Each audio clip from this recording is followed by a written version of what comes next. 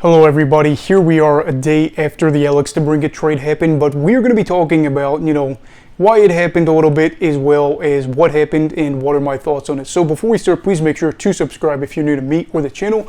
That being said, let's get on into it. So the main thing here is that the Ottawa Senators last year were kind of aggressive before the season started, and they wanted to try to make a playoff push considering the fact that they hadn't made the playoffs since 2017. They got Alex DeBrincat from the Chicago Blackhawks and had a full season with him. Unfortunately, things didn't pan out the way you would probably have liked, as of course in his time with Ottawa, the team did better than in recent years.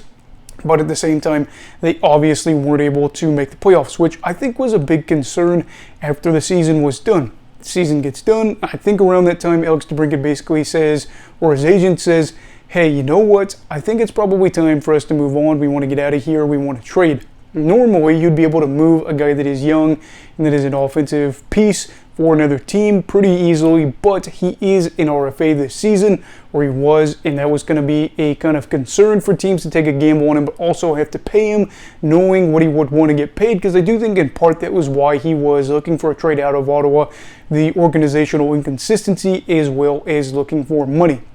But with this, of course, you had a team like the Detroit Red Wings that had the money, or one of the few teams that had the money to be able to do it, but also were a team that felt like since he was a Michigan-born player, they'd have a reasonable chance to extend him, which, of course, is something that they were able to do. So let's talk about what each side got in the trade. For the Detroit Red Wings, they end up getting DeBrincat, who then signs a 4-year extension, $7.875 million per year AAV, and then a $31.5 million extension in total for those 4 years, as of course they now have a very good young player on their roster for the foreseeable future for a cap hit that I feel like is pretty fair considering the upside of his game. Now, what did Ottawa get? Ottawa ended up getting a 2024 first-round conditional pick, a 2024 fourth-round pick, as well as Dominik Kubalik, and then I want to say Donovan Sobrogno. I think that's incorrect on how you're pronouncing it or how I'm pronouncing it, but either way, it's kind of one of those situations where it is interesting as they get a first-round pick back for him, fourth-round pick Kubalik, which I think is one of those guys that might be kind of hidden considering, he played in Chicago to start off his career, and a lot of people I feel like aren't paying attention to Chicago, all that stuff, as well as Donovan Hess, who is one of those players that the Red Wings were kind of hyping up before this. So what are my thoughts on the trade? Well, for the Red Wings, this is one of the biggest fish they've been able to bring in through whatever moves you want to call it, in the off-season, trades, free agency, blah, blah, blah. Obviously, this was a trade that turned into a signing, a little sign-and-trade action, but he was traded before he signed the deal. But anyway, this is one of the biggest fish they've been able to get in a guy that provides a lot of offensive impact for this team going forward. And I feel like this is kind of big, too, because you look at what Steve Yzerman's been doing with the Red Wings for a couple of years now, and myself included, I feel like I had, kind of lost the idea of what Steve was trying to do. I feel like some of these moves were a little odd. The Sherratt deal was a little weird. The David Perron signing was a little weird considering his age. Perron probably would be worth the money more compared to what Sherratt would be. But, in general, I feel like this was something that with them underperforming or just not living up to some of the expectations people had, they really needed a jolt going forward. And with this deal, they do get a jolt, which is big because this team has not made the postseason the past 7 seasons. If they're making it for 25 straight seasons, they have not made it to the playoffs since the 2015-2016 campaign, which coincidentally was the last time that they cracked 90 points on the season. In this past season, they finished with 80 points. It was one of those things where you really felt like they needed a jolt. And for the Red Wings now, with a pretty aggressive move in free agency getting Comfort, and then, of course, some other moves as well as getting DeBrincat, has them feeling like maybe, just maybe, they have somewhat realistic expectations to be in the wildcard hunt, and possibly in this playoff drought that is getting close to a decade. Time flies, I can't believe it.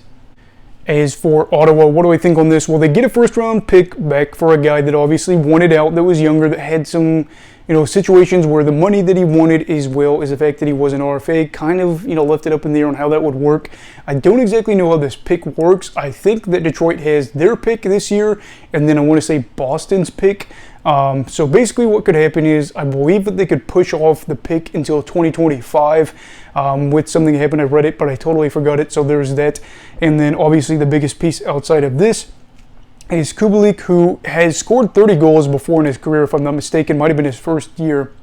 had some 20-plus goal seasons. Simpson is a guy that probably will provide some scoring relief in Ottawa for them.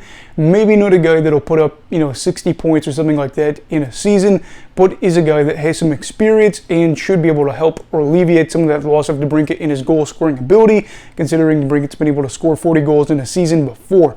And then, with the 4th round pick, maybe they could turn into something for them. And then Donovan S, because I know I'm pronouncing his name wrong, that is somebody that the Red Wings kind of seemed like they were hopeful for, and they felt like maybe for a 3rd round guy, he could have good potential with them.